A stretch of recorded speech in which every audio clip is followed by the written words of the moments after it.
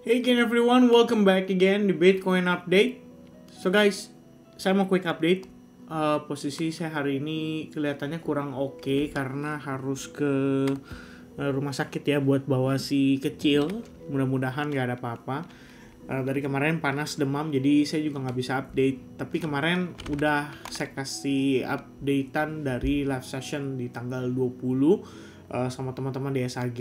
Harusnya sih ini feedbacknya positif, banyak yang nonton, banyak yang dapetin semacam informasi, materi, dan hal-hal menarik lah ya di dalam recording live session tersebut. So, sekarang kita mau bahas update kondisi market saat ini. Guys, tadi malam Bitcoin naik ke 114.000. Kemudian dia drop lagi per pagi ini sampai di harga 108.000 gitu ya. Apa sih triggernya gitu kan?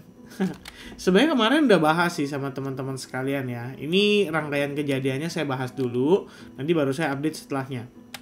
So kalau kalian lihat, ini adalah Discord SAG.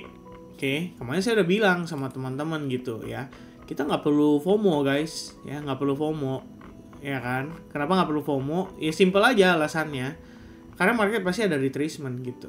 Jadi ini saya bilang, masih ada ini untuk dikejar gitu loh. Alias crypto total market cap total, itu bisa aja dia koreksi dulu gitu kan. Ngisi dulu, itu fair value gap kelebaran gitu. Minimal dia ngisi setengah deh gitu.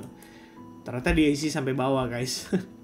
Dalam ya. Jadi saya bilang begini ke teman-teman bahwa, kalau kita lihat Bitcoin, ini sebenarnya dia seperti ngebentuk semacam channel gitu ya. Technically yang terjadi itu maksudnya lebih kepada harganya turun kencang, kalau naik juga kencang. Tapi kalau naik kencang juga turun kencang gitu. So saya expect dia bisa tes lah ke Fibon 0,79%. Jadi saya bilang gini ke teman-teman. To BTC ongoing channel ya. Ini kan ada efek news dari Trump.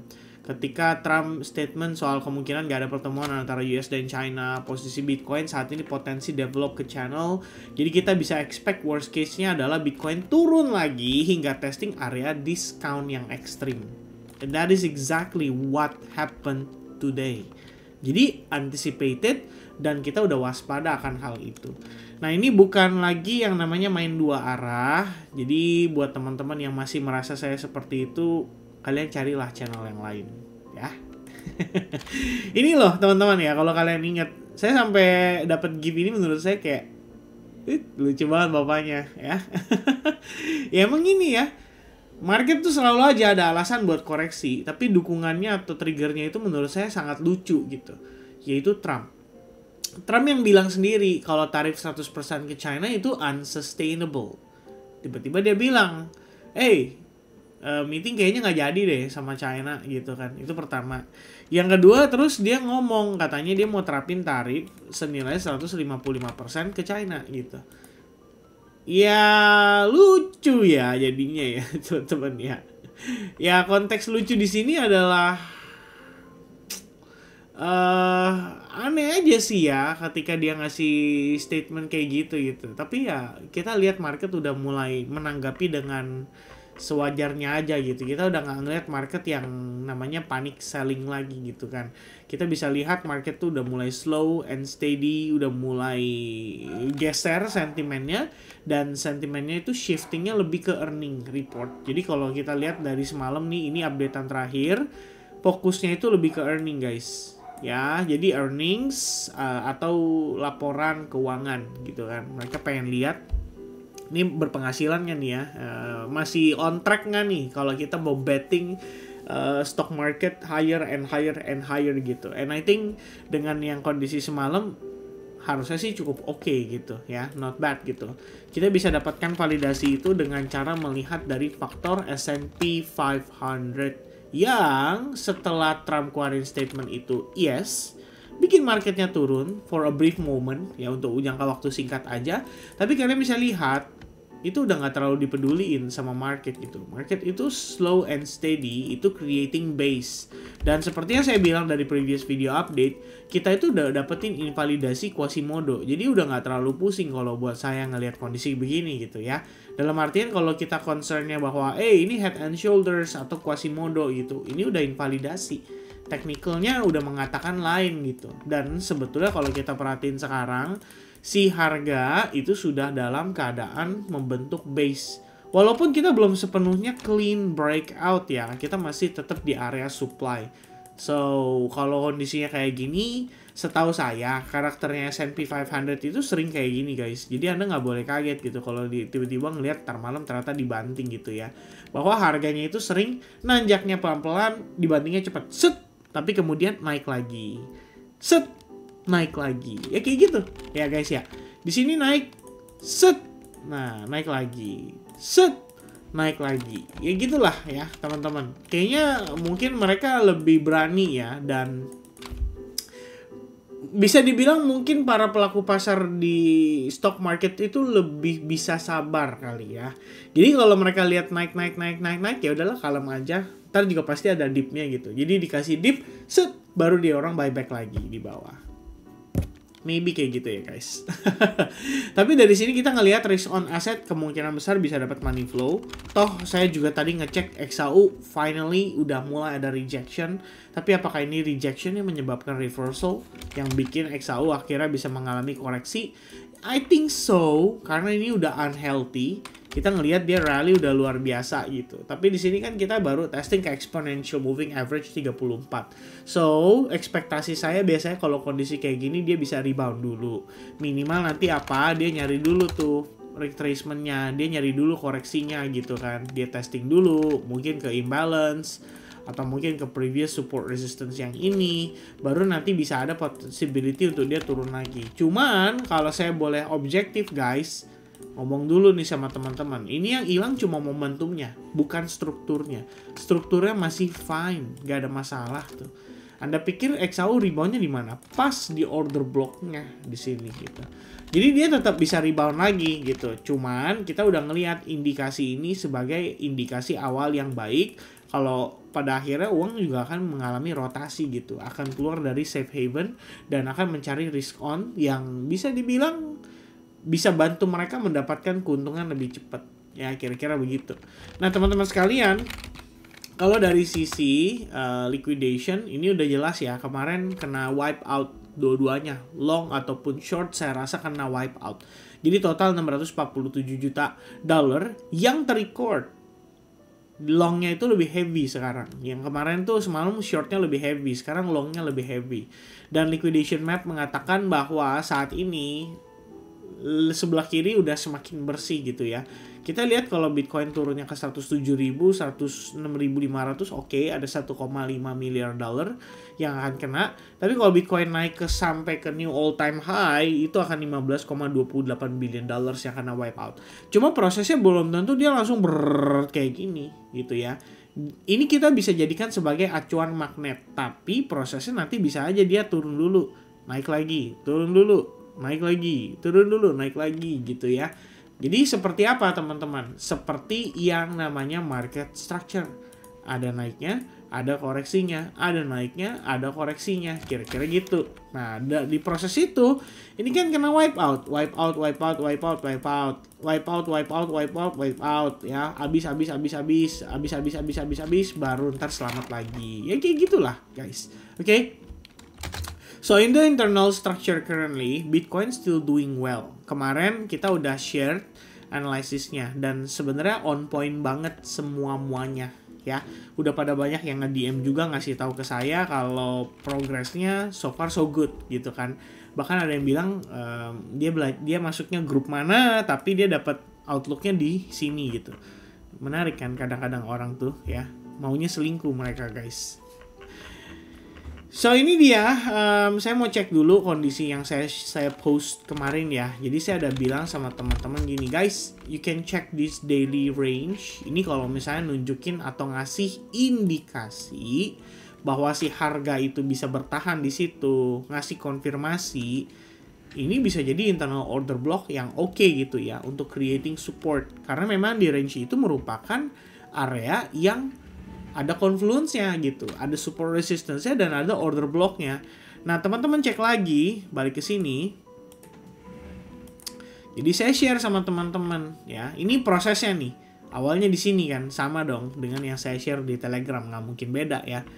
Nanti dibilangnya main dua kaki ya. Cuma bedanya di sini saya tambahin karena emang kita update-nya lumayan sering gitu ya, bukan kayak sehari update sekali habis itu ditinggal community-nya gitu. Nggak kayak gitu kalau kita.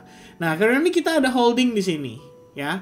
Holdingnya cukup bagus, mulai closing ngebentuk bullish in gold, tapi awalnya kelihatan masih nggak terlalu strong. Terus, wah, dapat konfirmasi, cakep dong. Kita lihat udah makin oke gitu ya di sini.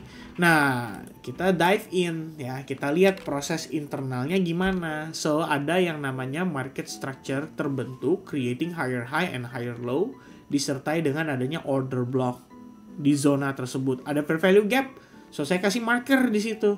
Bisa aja dia potensi retest ke sana dan dia baru rebound gitu. What happen next? Dia testing ke situ, and what happen next? Dia rebound dari sana gitu. Jadi prosesnya bener-bener selaras dan sesuai dengan ekspektasi ya. Awalnya saya share kayak gini aja. Ya, tapi kan ini ya balik lagi teman-teman, gimana kamu mengartikan outlook ini, gimana kamu memanfaatkan outlook ini. Ya tergantung dari masing-masing punya knowledge juga. That's why kalau teman-teman sering nonton YouTube ini harusnya minimal knowledge kamu udah deket lah gitu dengan teman-teman di SAG juga dan udah punya bayangan gitu. Kalau ngelihat chart kayak gini kita kira-kira bakal ngapain ya gitu loh. Ya, so dengan kondisi sekarang, oke, dia harga meletus disambit sama Trump. Padahal S&P-nya nggak kemana-mana teman-teman. Goldnya udah turun. Nah, kabar menarik. Kalau udah lihat kondisi kayak gini, saya jadi penasaran. ETF-nya gimana gitu. Nah, teman-teman lihat ETF-nya gimana? 3 digit guys, 477,2 juta dolar. Ya, outflow 2 hari habis ya, dalam sehari udah dibabat. Oke, tinggal yang tanggal 16 Oktober dah itu sama tanggal 15 Oktober. Tapi kalau inflow kayak begini biasanya sih bisa berhari-hari gitu kan. 2-3 hari berturut-turut, habis itu ntar baru ada outflow lagi kecil-kecilan. Kira-kira gitu kan guys. Nah, kalau lihat-lihat kayak gini, apa yang bisa disimpulkan? Sebenarnya sederhana aja. Ya, ini memang waktunya atau fasenya akumulasi bagi mereka gitu. So, mereka utilizing all the data, all the sentiment, all the macro update sebagai sarana untuk mereka cicil transaksinya. Dan di saat yang sama, ketika para retailers frustasi ngelihat yang harganya kayak begini, bentar naik, ada harapan nih, wah kayaknya bisa naik nih, wah ini bakal terus nih, rally nih. Mereka FOMO, beli di atas, abis itu dibanting, kecewa lagi. Abis itu bilang crypto market scam, Bitcoin bear market, dan bla bla bla. Padahal data berkata lain gitu, situasi berkata lain. Tapi memang saya harus akui teman-teman, bull run atau bull cycle kali ini adalah yang cukup complicated. Ini kita udah ngelihat beda ya dengan tempo dulu gitu. Kalau tempo dulu tuh retail FOMO banting, retail FOMO banting gitu. Kalau sekarang enggak, structural ya. Ini institution yang main tapi kayak structural aja gitu. Naiknya pelan-pelan, ntar lama-lama gini lagi, ntar lama-lama gini lagi gitu. Sekali dibanting, iya sampai bawah. Scam ya kan. Ponzi ya kayak gitu. Tapi ya intinya saya juga bingung ya mau menambahkan komentar seperti apa lagi. Tapi yang pasti dengan kondisi market saat ini saya nggak kepikiran bahwa it is the bear market ya. It's just lack of volume, lack of volatility. Udah gitu triggernya lebih ke data, triggernya lebih ke sentimen, ya triggernya lebih ke statement orang gitu kan. Jadi pusing teman-teman. Gak akan segampang dulu gitu. Kalau gue dulu mungkin oke, buy hold terus happy nyangkut ya kan. Kalau sekarang buy nyangkut, hold happy dikit nyangkut, sedih lagi ya. Lebih banyak lah, lebih roller coaster lah ya dari segi emosionalnya. So, dari saya pesannya mungkin tetap ya kita perhatikan dari segi risk management karena itu yang bisa bantu teman-teman untuk selamat. Ya, itu aja pegangannya. Dan untuk bukan confirmation sih, tapi untuk summarize everything teman-teman.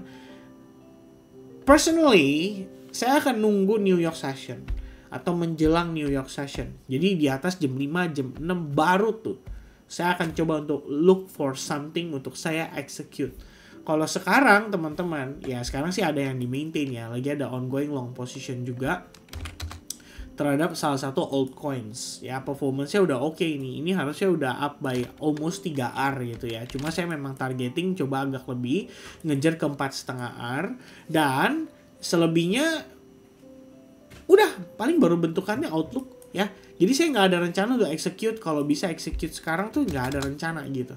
Saya cuma nunggu aja dulu sampai New York nanti. Volatility-nya ada di sana, volume-nya ada di sana, confirmation-nya juga lebih enak dari sana teman-teman. Jadi saya spare, saya punya risk untuk preparation nanti. Dan sekarang untuk kondisi di internalnya sendiri Bitcoin, as long dia maintain di atas 107.500, maka secara structure ini masih valid dalam keadaan bullish. Simple aja ya guys, high low, higher high, and potentially higher low. Nah, validasinya kapan? Ntar deh, tunggu New York aja.